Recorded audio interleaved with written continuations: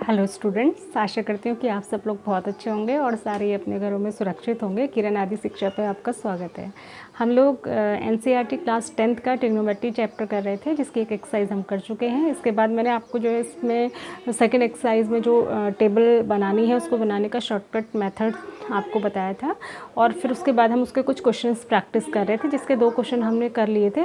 अब question number 3 and question number 4 हम आज डिस्कस करेंगे एक्सरसाइज नंबर 8.2 का। ठीक है, जो क्वेश्चन नंबर 3 है ये बहुत इंपॉर्टेंट है और ये सीबीएसई में 2010, 11, 12 में लगातार पूछा गया है। ठीक है, इसके अलावा भी ये कई बार पूछा गया है, तो ये बहुत ही इंपॉर्टेंट क्वेश्चन है, आप इसको ध्यान रखें। क्वेश्चन क्या है, if 10a + b = √3 and 10a - b = 1/√3 where. यहाँ पर ये भी डिफाइन किया गया है कि जो a और b का सम है एंगल का, वो 0 से बड़ा और 90 से छोटा होगा या 90 के बराबर होगा। ठीक है, यानी कि a और b आपके जो भी निकल कर आए उनका सम 0 से 90 के बीच में ही होना चाहिए। तो find the value of a and b। तो बहुत ही आसान क्वेश्चन है, देखिए इसको कैसे करते हैं। 10a + b, 10a + b आपको गिवन है √3, और आपको अगर टेबल याद हो तो आपको पता होगा कि टेबल से ये वैल्यू होती है 1060 डिग्री की। ठीक है, √3 वैल्यू होती है 1060 डिग्री की। तो हम लिख सकते हैं कि 10a + b = 1060।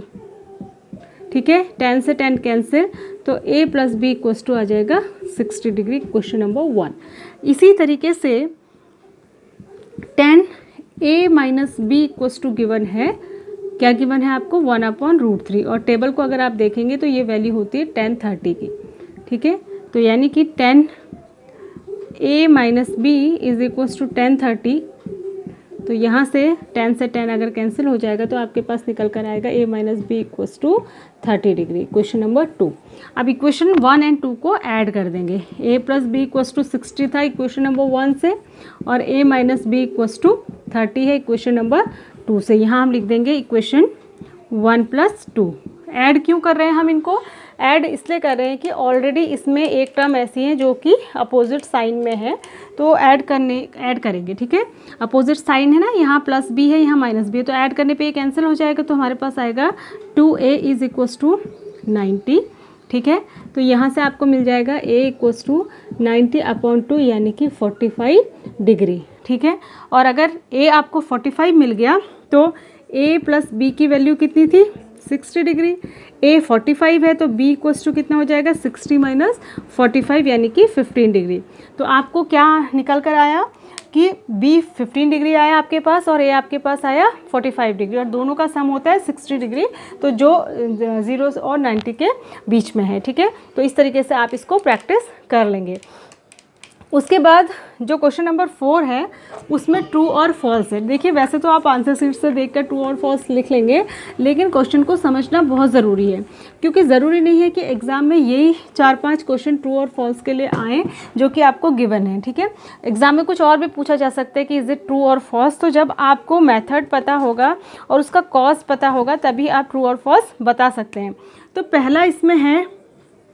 पहला क्वेश्चन है इसमें कि sin a + b की जो वैल्यू होती है वो sin a + sin b की वैल्यू के बराबर होती है। ये आपको बताना है कि ट्रू है या फॉल्स है। तो ये फॉल्स है। ठीक है, आप ये तो आंसर शीट से भी देख लेंगे ये फॉल्स है, लेकिन ये फॉल्स है क्यों, इसके लिए हम एक एग्जाम्पल से समझते हैं। देखिए, लेट a = 60 समझ लीजिए और b = मैं एक एग्जाम्पल के थ्रू आपको समझा देती हूँ। तो तब sin a + b क्या हो जाएगा? देखिए, ये हो जाएगा sin 60 + 30 यानी कि sin 90। ठीक है, यानी कि इसकी वैल्यू होती है 1 टेबल से।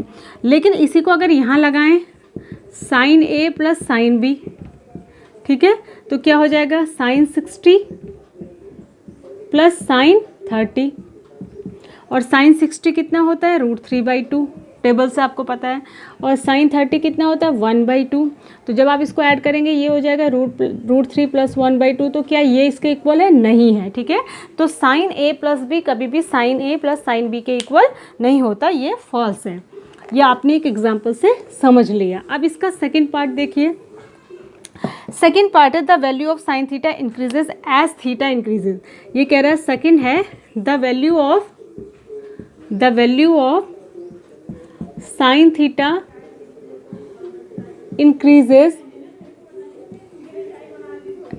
As theta increases. ये कह रहा है कि जिस तरीके से अगर एंगल इंक्रीज होता जाएगा तो साइन थीटा की वैल्यू भी इंक्रीज हो जाएगी। इसको भी आप टेबल के एग्जांपल से समझ लीजिए।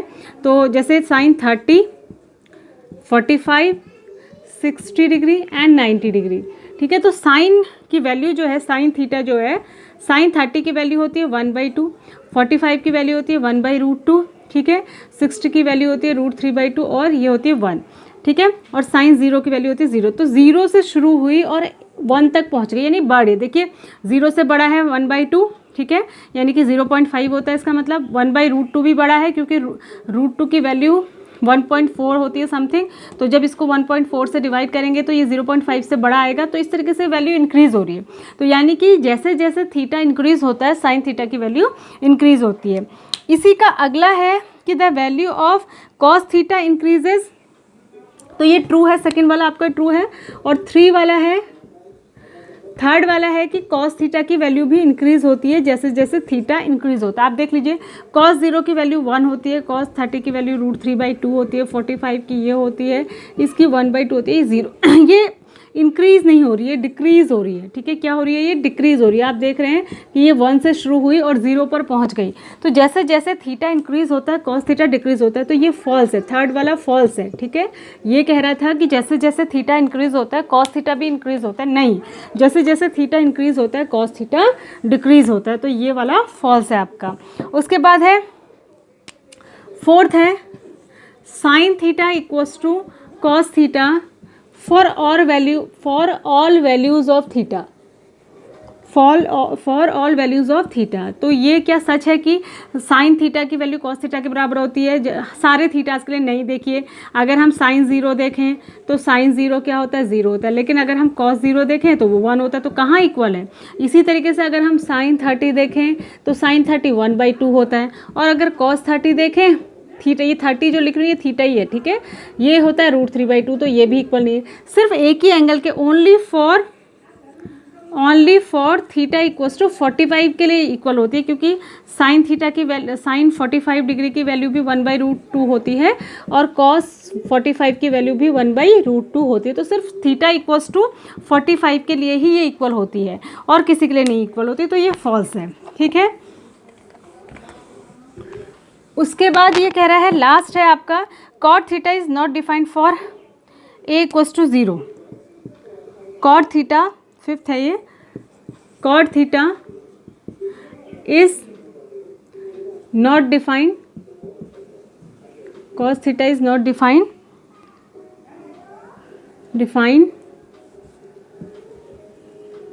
Cot theta is not defined for, cot A है ये, cot A is not defined for a equals to 0।